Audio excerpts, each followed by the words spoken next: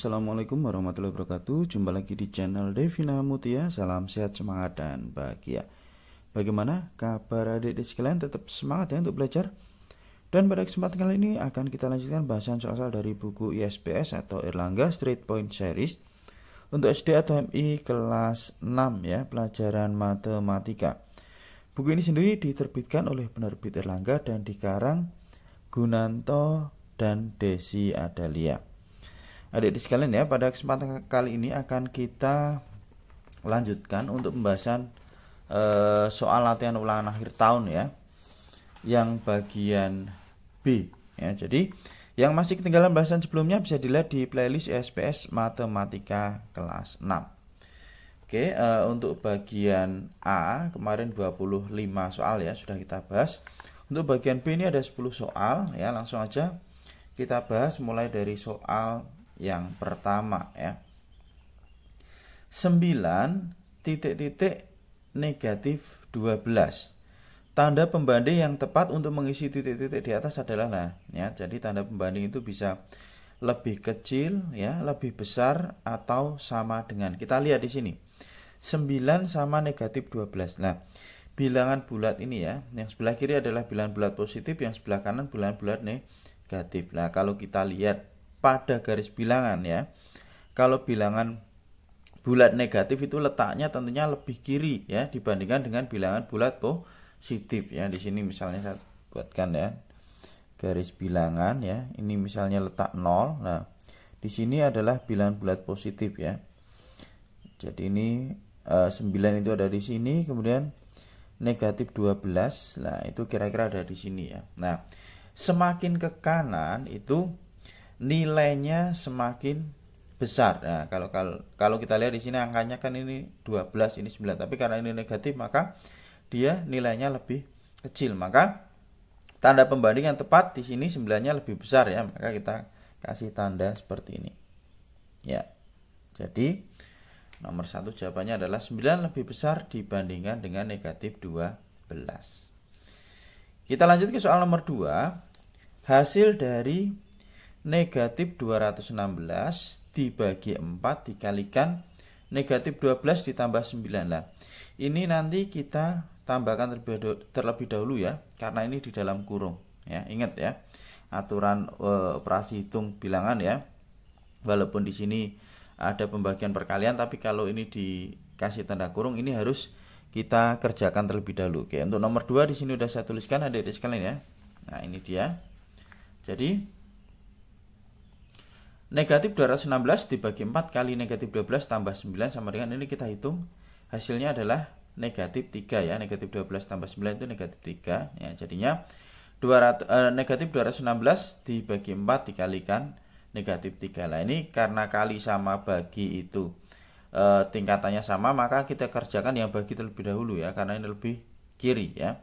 Negatif 216 dibagi 4 hasilnya adalah negatif 54. Nah, kita kalikan dengan negatif 3. Negatif kali negatif hasilnya adalah positif. Berarti sama dengan 54 kali 3 162. Jadi nomor 2 jawabannya adalah 162. Saya tuliskan di sini hasilnya ya. Oke, kita lanjut ke soal berikutnya nomor 3. Ya. Ini ada di sini kurang tinggi. Hasil dari 1854 dikurangi 324 kali 15 dibagi 6. Nah, oke. Ini yang kita kerjakan terlebih dahulu adalah yang perkalian ya, karena pengurangan sama perkalian itu tingkatannya lebih tinggi perkalian. Ini kita kalikan terlebih dahulu, oke ya. Di sini udah saya tuliskan adik-adik sekalian ya. Jadi ini kita kalikan terlebih dahulu. Jadi 1854 dikurangi, ini dikalikan hasilnya adalah 4860 ya, 4860 dibagi 6. Selanjutnya ini kita bagi terlebih dahulu ya. Kita bagi hasilnya adalah 810. Jadi 1854 dikurangi 810. Hasil pembagiannya adalah 810 ya. Nah, hasilnya berapa? Ini kita kurangkan, hasilnya adalah 1044 ya. Nomor 3 jawabannya adalah 1044. Oke, gini ya. Kita lanjut ke soal nomor 4.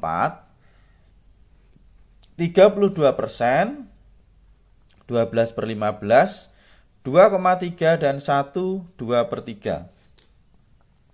Pecahan di atas yang memiliki nilai paling kecil adalah, yang memiliki nilai paling kecil itu yang mana? Nah, kita lihat di sini.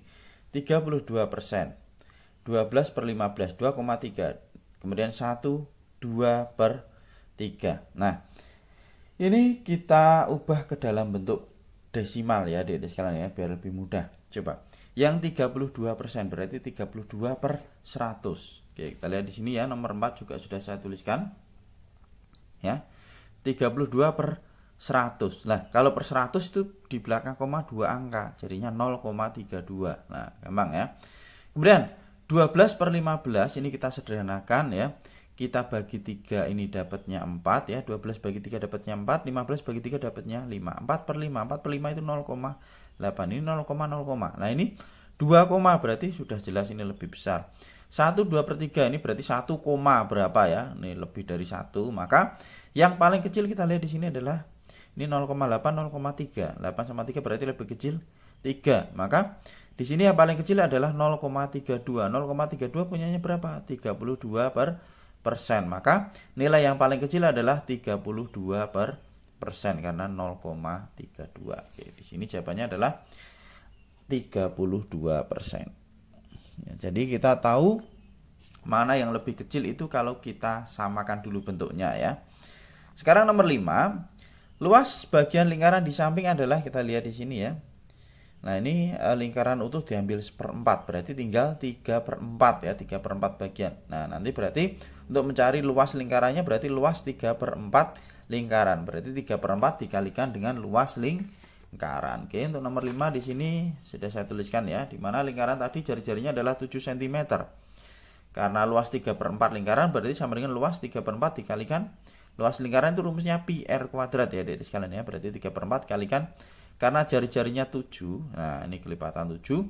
Kita pakai pi-nya 22/7 ya.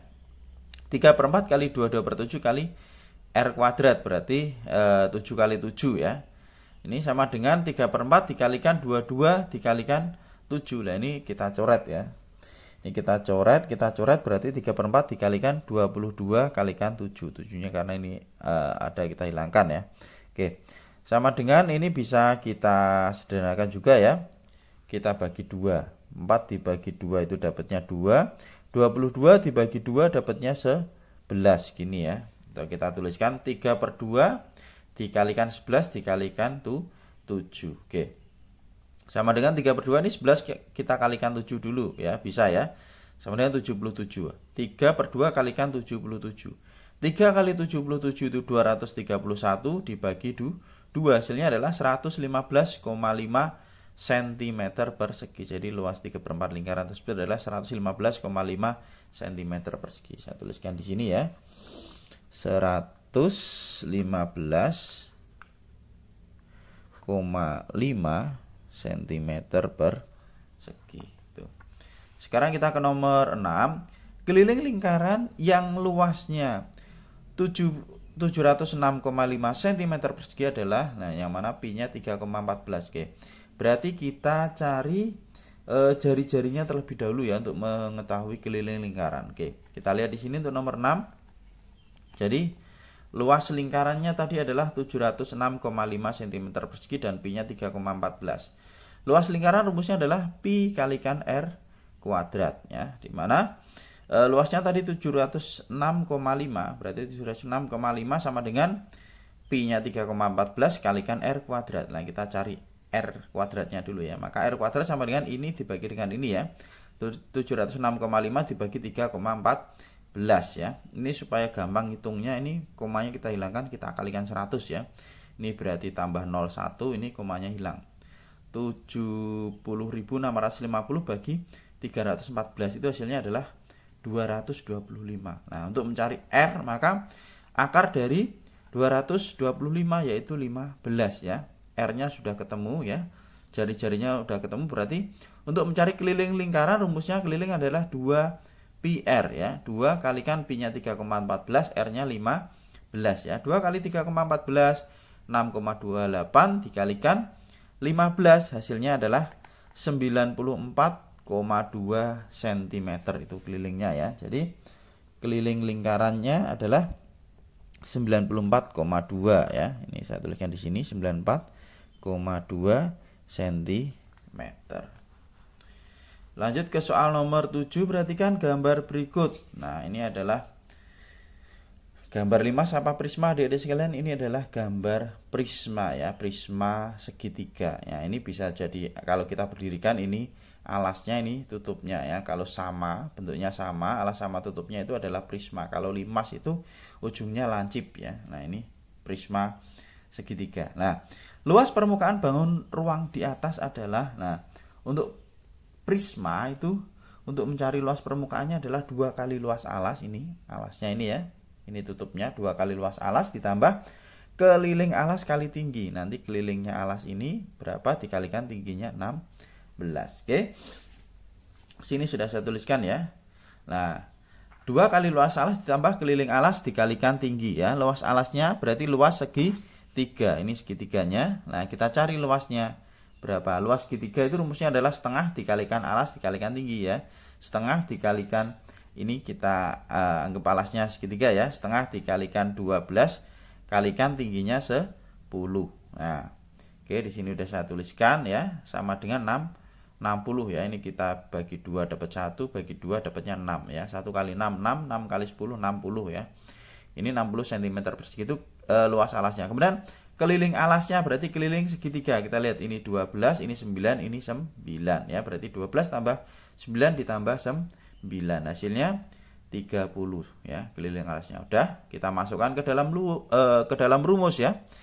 Luas permukaan prisma sama dengan 2 kali luas alasnya tadi berapa? 60 ditambah keliling alasnya berapa? 30 kalikan tingginya 16 ya. Ini tingginya tadi 16.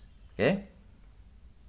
Sama dengan 2 kali 60 120 ditambah 30 kali 16 480. Kita tambahkan, hasilnya adalah 600 cm persegi ya. Jadi jawabannya adalah 600 cm persegi. Selanjutnya nomor 8, volume bangun ruang di samping adalah, nah ini adalah volume dari setengah bola ya. Yang mana jari-jarinya di sini 21 cm ya. Nah, volume dari setengah bola berarti setengah dikalikan rumus bola itu 4/3 pi r pangkat 3 ya. Setengah kalikan 4/3 pi r pangkat 3 sama dengan ini bisa kita sederhanakan dulu ya. Kita coret-coret dulu. Bagi 2 dapat 1, bagi 2 dapatnya 2. 1 kali 2 2 berarti 2/3. 2/3 dikalikan pi kalikan r pangkat 3 ya. 2/3 pi r pangkat 3 ya. Sama dengan 2/3 yang mana jari-jarinya tadi adalah 21 ya dari sekalian ya. Berarti 2/3 kalikan pi-nya kita gunakan 22/7 kalikan r-nya berarti 21 pangkat 3 ya. Sama dengan 2/3 dikalikan 22/7 ini 21 pangkat 3 9261 ya. Bisa dihitung nanti 21 kali 21 kali 21 ya. Hasilnya adalah 9261 ya. Sama dengan 22/3 dikalikan 22. Lah ini kita bagi 7 dapatnya 1 adik-adik sekalian ya.